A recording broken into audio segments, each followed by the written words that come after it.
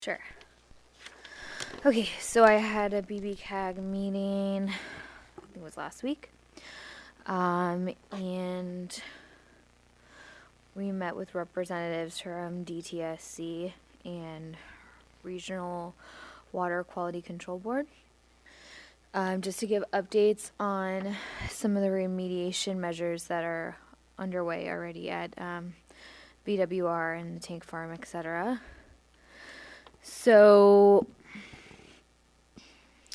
we were talking about the tank farm. The representative let us know that some toxicity standards have changed over time. So there have been some toxins that are more or less toxic than they were previously considered.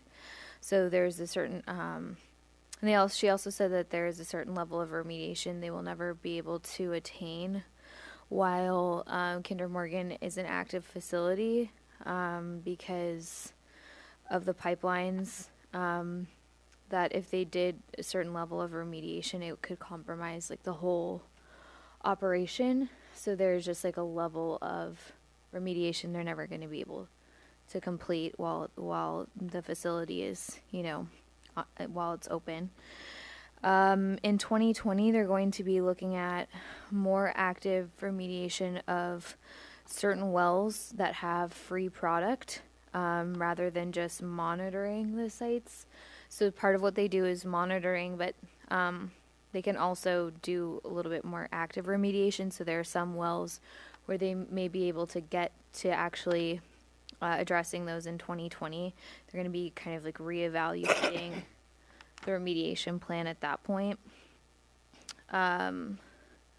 One thing that I thought was really interesting that came out was that some sites can set their own cleanup standards and their own cleanup goals. And so that was really surprising to me. So I was like, we got to stop this meeting because I need to know how that's possible, because that kind of seems like, the wolf guarding the hen house a little bit. And so she explained that in some cases, like in most cases, toxic sites will just go with whatever the recommended remediation is. But a lot of times, bigger sites will actually want to come up with their own remediation plan. And I said, well, why doesn't everyone do that? And she said, well, it's really expensive and it requires like a lot of reports and work to be done to show that the land can do with a lesser standard of remediation. And I said, okay, and why would they spend tons of money and tons of energy to do that type of work? And she said, well, for larger sites, this is often very beneficial for them because the amount of money that they're going to spend to prove that it needs lesser remediation will pale in comparison to the amount of money that they're going to save on remediation in the long run. She said, but it's not really that common.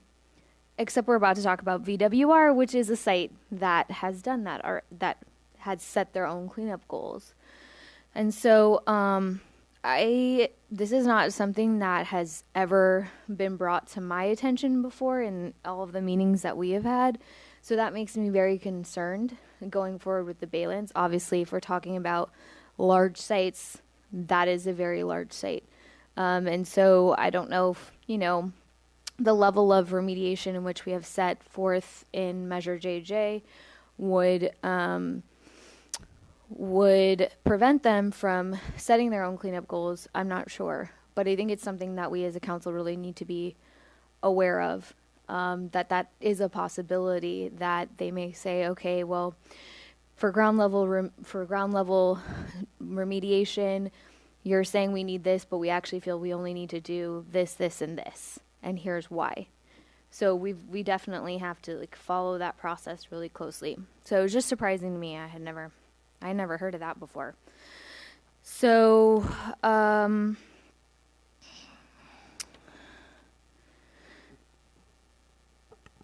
just reading my notes here.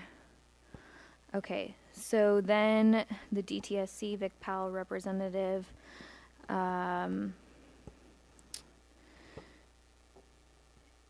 noted that kind of on industrial way. They found elevated lead and copper levels with high concentrations. And he said that high concentrations of hazardous materials are on about 1% of the site. So I thought that was really interesting, because in my mind I had perceived it to be higher. He said that Bunker C has been found in groundwater but hasn't been moving. It will need to be addressed eventually.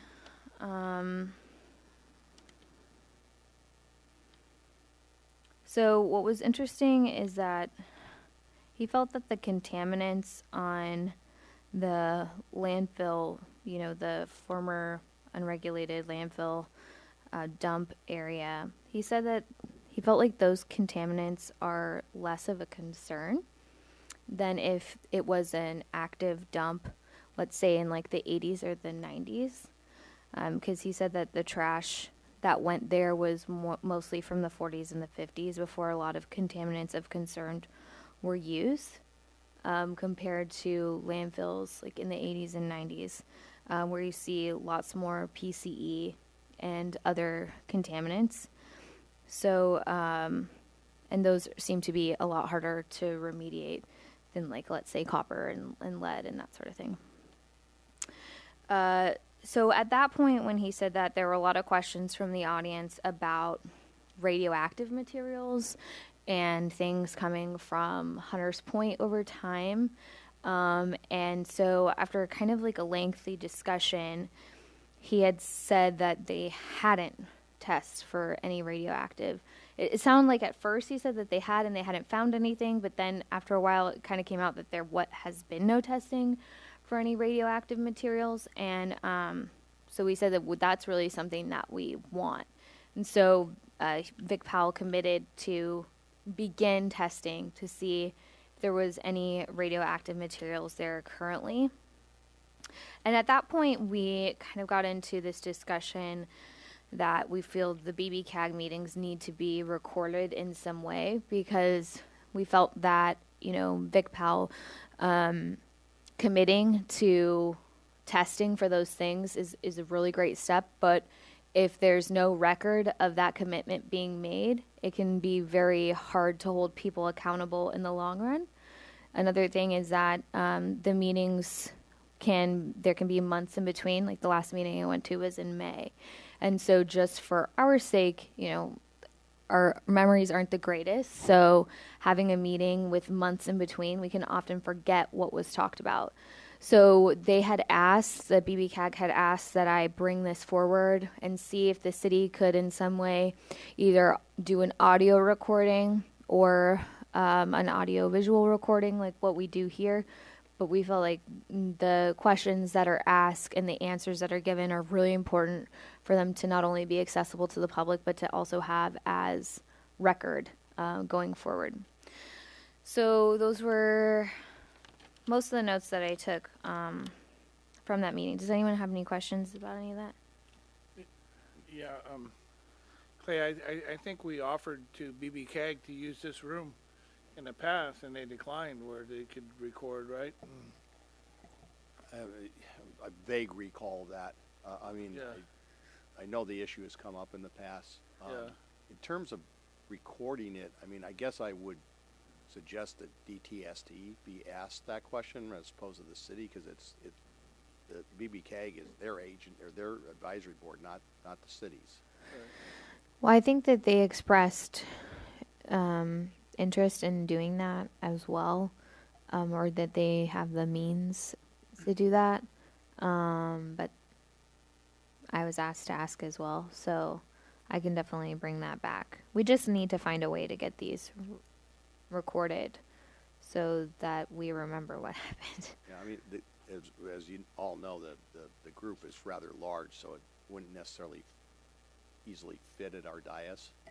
I will say there's very few people that are on the BBCAG that actually show up for the meetings. There was like 4 or 5 of us. Historically, there was a lot of people, I know. So, anyway, the last few meetings I've been, I did bring that up, but. So I sit on that, and I apologize for not making that meeting.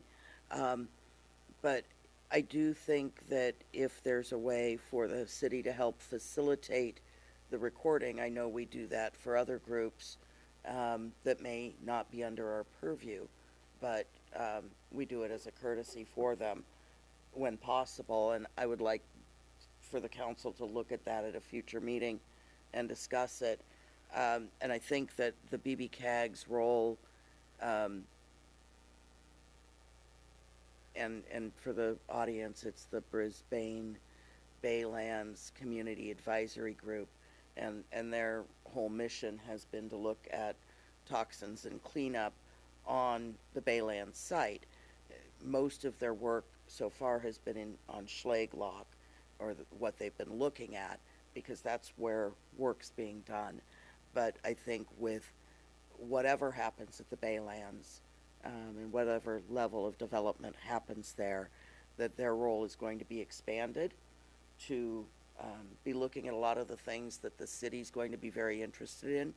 And that, for me, I think it's good information to get, and to be able to have staff and council members and the public involved in this, so it's as transparent as possible.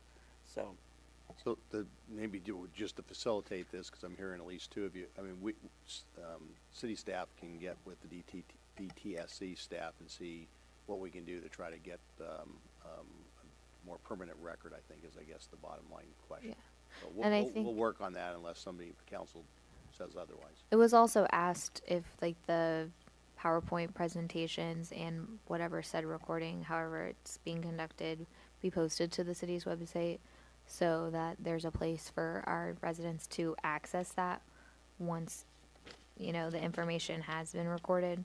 Well, how about, again, if we work with DTSC? Yeah. They also offered to post it to their website too. Yeah, we make it. Oh, I have a couple of more notes that I realized I didn't go over. So, with regards to the VWR site, there's a parcel A and a parcel B. Parcel A is the real site.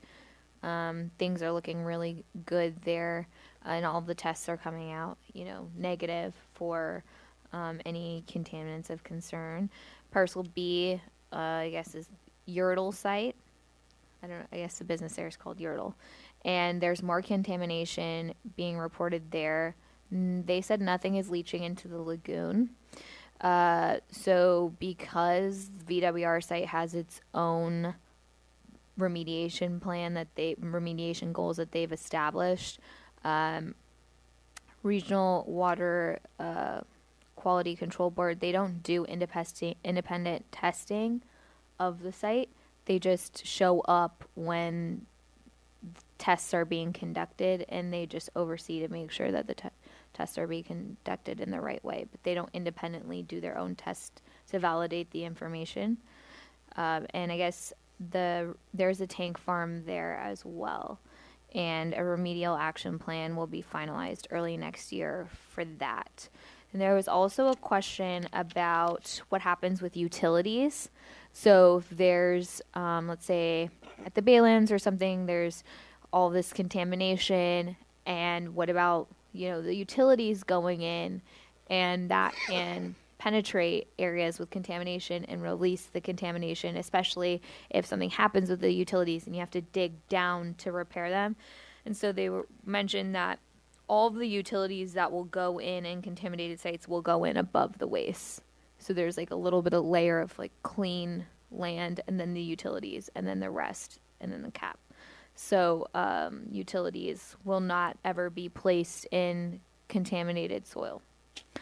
So that's everything on BB-CAG. I did have a PCE meeting. Does anybody, you look like you were asking a question. Go ahead. Okay. So I had PCE meeting, and we hired a CFO that's been in the works for a really long time. The other thing that was kind of notable at the meeting was a discussion about grants that PC is giving to organizations that promote, reducing greenhouse gases and that sort of thing. So we went over, there was like maybe 30 or 40 applications, and I think there were six awards given out. I want to say it was something like maybe $400,000 worth of grant money. And some of the projects included like a refrigerator recycling program, because I guess refrigerators are the appliance that gives off the most greenhouse gas emissions of any appliance there is. And so you can call this organization and they will come and remove your refrigerator when you're ready to get a new one, and they will recycle it properly.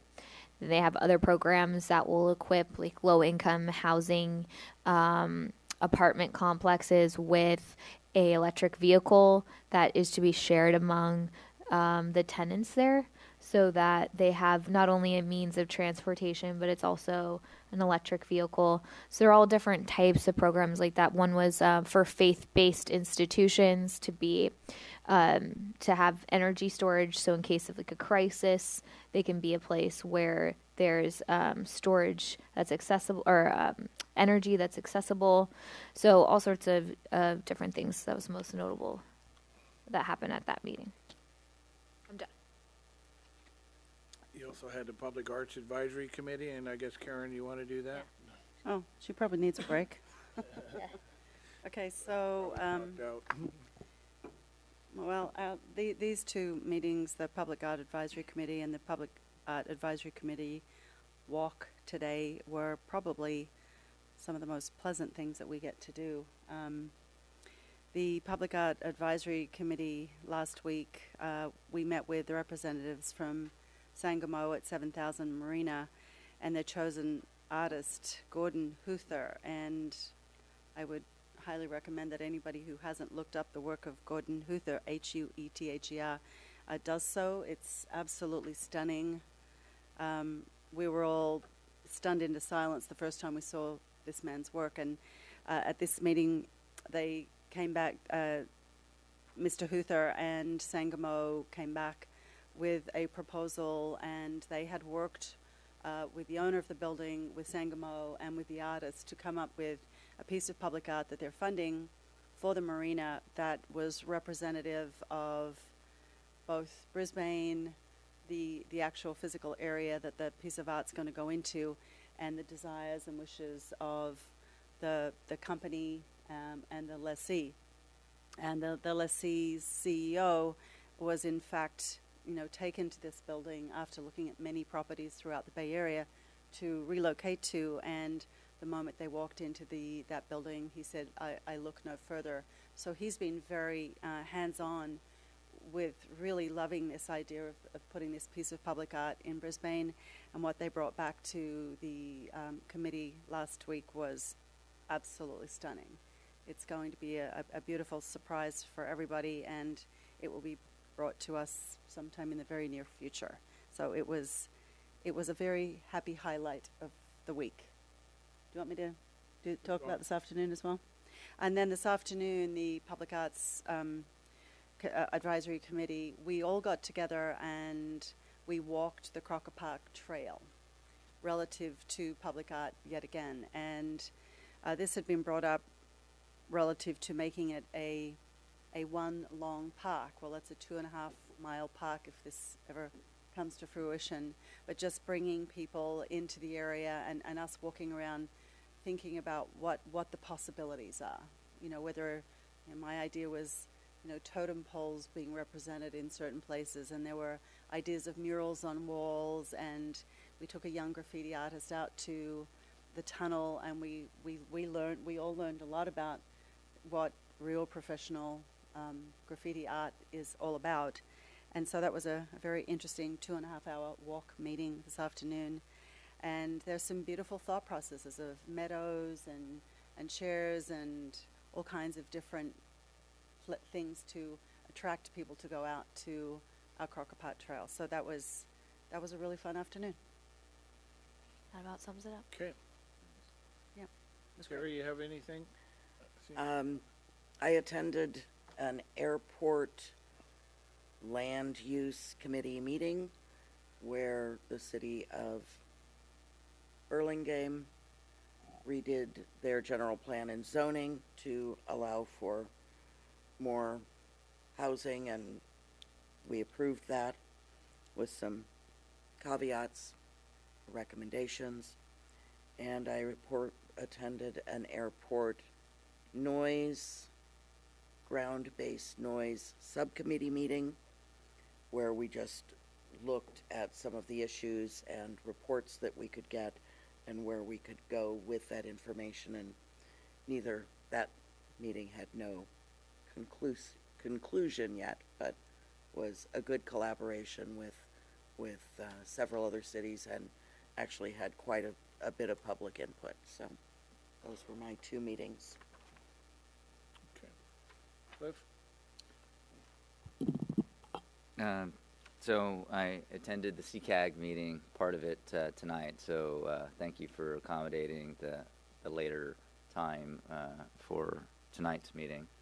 So the reason why I wanted to attend the CCAG meeting was this final action plan right here. So the county came out with its transportation plan last year, but there were no performance indicators or action strategies for the plan. It was basically, we need to have a plan so we can get funding from MTC and others. And so the CCAG board was split down the middle whether or not to approve the transportation plan. So I was originally a no. I changed to a yes, and then it moved forward because the executive director, Sandy Wong, said that we would work on that and put those things into the transportation plan so it's more accountable and transparent. And so we formed a working group, and through, I guess, probably about 5 or 6 meetings, working with staff, working with stakeholders in the county, we put forth this plan. And so one of the main points of this document is to create these pilot programs. So one is looking at areas of concern. So Bayshore area, East Palo Alto. An area, say, an area of isolation out by the coast side. And then planned development area, say like the Baylands. So looking at maybe, 3 or 4 or 5 of these pilot programs, providing some money so that then CCAG staff can work with the public, bring in the various transportation agencies, really listen to the public. How is public transportation impacting your community? What can be done to make it better? And then really focusing on, implementing some of these strategies.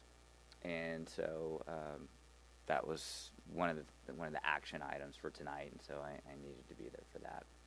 So hopefully, it's it gets a lot of traction with various communities, and they want to put it forward. So Okay, thanks. great. Thanks, Cliff. Is this funding coming from CCAG or funding proposals to go to MTC? So we're looking at potentially finding some grant money that they can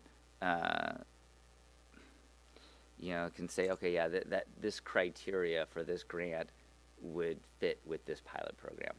And then, like they do with other grant opportunities, they, CCAG posts it to the various cities within the county and say, hey, here's this money, here's the criteria, and if you want, you can apply to receive this money.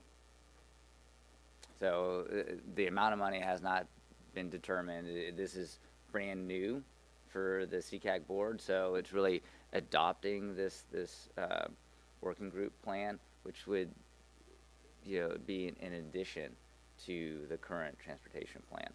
Then staff will come back to the CCAG board and come up with a model for which to reach out to communities. Great, thank you. Great. Any other subcommittee? No? Good? All right, move on to written communications. We only had 3 since our last meeting.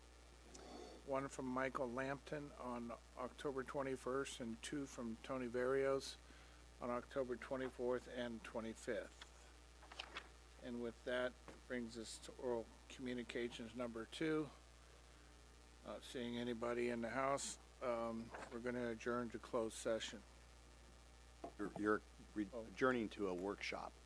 Oh, into a workshop, in memory of, the Thousand Oak, tragedy, the folks who lost their lives, yesterday.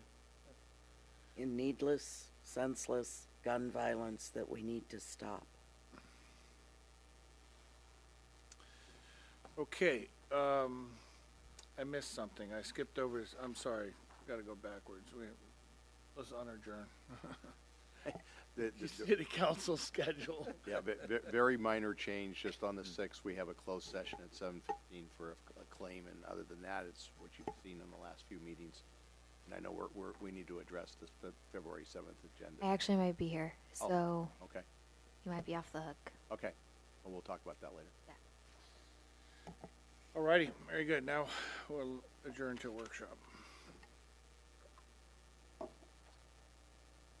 So the workshop's gonna be here, or is it going to be in the? No, it's be gonna be in- in the